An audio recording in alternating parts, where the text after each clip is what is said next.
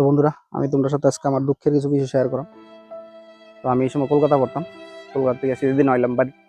তো ওই সময় থেকেই মা বাবা আমারে কোন সময় আছে না ভালো করে ভালোবাসছে না, কোনোদিনও না। আমার থেকে আননেসেসারি ডিমান্ড করতো, হয়তো স্নান কর, ডেইলি স্নান কর।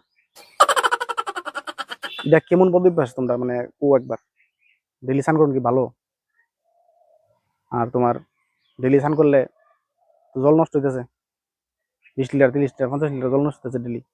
আমি জল নষ্ট করিয়া সমাজে কি বালা করলাম? এরপরে কইতো শৈল বলে মাটি দিয়ে বানানি না।